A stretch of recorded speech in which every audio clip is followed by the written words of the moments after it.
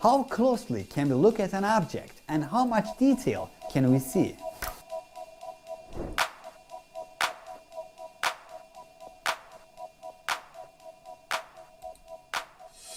It is known as sniper lens, and its unique appearance is a precursor to its unique function. We do not often use it in our shots. It has very narrow areas of use. Since the F values are very high on macro shots, it needs plenty of light sources. There is even a LED ring in front of the lens. It allows us to go into areas that normally can't be entered and shoot from different angles, like the inside of a Norwegian salmon, or a trouser and its back pocket, as well as with grains of sand in it, a sweater,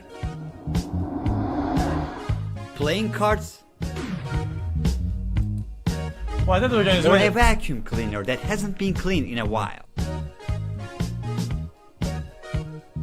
Today we will not only use this lens, we have another ultra macro lens that allows us to take a closer look, and beyond that a microscope camera that magnifies objects 1000 times. Let the show begin. This paper here looks yellow to me, but it doesn't actually appear yellow to you. The screen you are watching this video can only show red, blue and green lights. It never shows yellow light. There is no way to produce the yellow color spectrum on the screens. While I see a real yellow light in this room, you see a fake one. Since the wavelength of yellow light falls somewhere between red and green, all your computer or cell phone has to do is to send a little red, a little green light to the screen. If you approach your screen as close as 180 of 1 meter, the yellow light actually My like this. fucking eyes are burning, dude! Enough, or if I increase the blur a little bit, I can treat your retina again and you'll see yellow. That's dumb as shit, dude. Since our eyes cannot catch enough told me to do this. we see small red and green pixels as yellow. You don't see anything, probably it's too didn't know small. that banknotes contain some iron in it. This is for safety reasons. Now we have a mixer and we will try to separate the iron from the inside.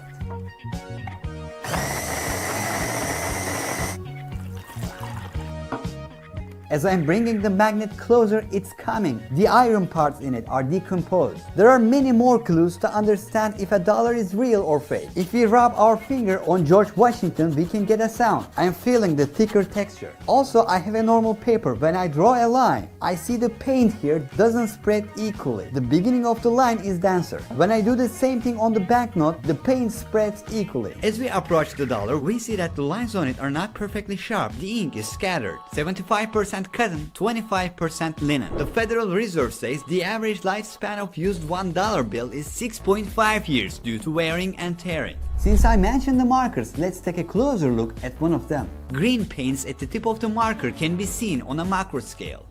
Pens actually have a ball at the front, and when a pen touches the paper, the ball inside it rubs against the ink and paint the paper as it moves. Everyday items are very different than thought on a macro scale.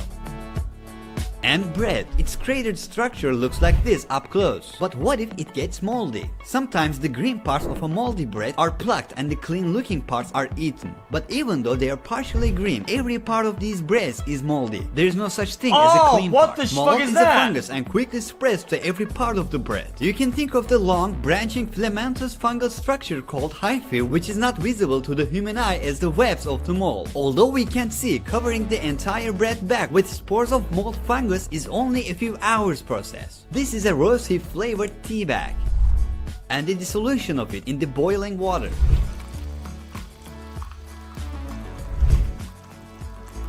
This is a strawberry. Dozens of yellow dots on it are its seeds, and they will give life to new crops by germinating. A freshly weaved spider webs. And this is a Blaps letifera with sharp claws stuck to sticky webs, popularly known as black beetle. It starts moving when we get it out of the web, but since it likes darker places, it hates studio lights. And this is a ladybird. Most people probably don't know what their hidden wings under their shiny shells look like. A lifeless bee. If it were alive, we would hear the buzz of flapping wings 230 times a second. Its hair, eyelashes and mustache are seen. Bees have compound eyes. Compound eyes are a honeycomb-like structure consisting of thousands of eyes. We know it is female by its needle. Only females have a needle. The ones that are called honeybees usually die after stinging creatures like humans because the skins of mammals are much thicker and multi-layered than invertebrates such as insects. Although the bee tries to pull back its needle, it doesn't succeed, and as a result of the honeybee forcing it, the needle pulls out the internal organs and the bee dies. We are at the final chapter. I have a microscope camera here. It will get us 1000 times closer to the objects. Let's start with 50x close-up first. You can see the patterns on a trouser. I will get even closer from 50x to 1000x now. You can see the patterns separately in an enormous size. Trousers actually look like this. A sweater at 50x. Now I'll get 20 times closer. It is 1000x now. Sweater looks like a hairball. And this is a t-shirt mostly made of cotton. Let's look at my palms at 50x. You can see every detail. Let's get 20 times closer. I'll wash my hands now for 20 seconds. I wonder if we can see any dirt after that. Here's my palm after washing it. Same dirt is still there. Unbelievable. We carry invisible dirts everywhere. They are part of our life. It is not visible to the naked eye. It shouldn't exist. Let's look at my hair. I'll start from 50x. Hair strands are like cables and the hair is like a pile of cable. Let's go for the beard. Interesting. It is just like the hair.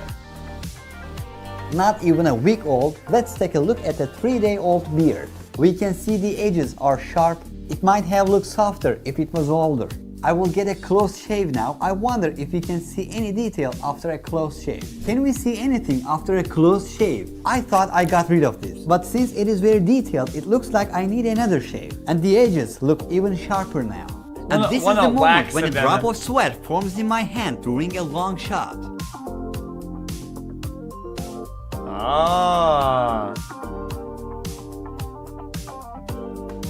Needles, syringes are most people's fear. This is the moment a syringe enters my body.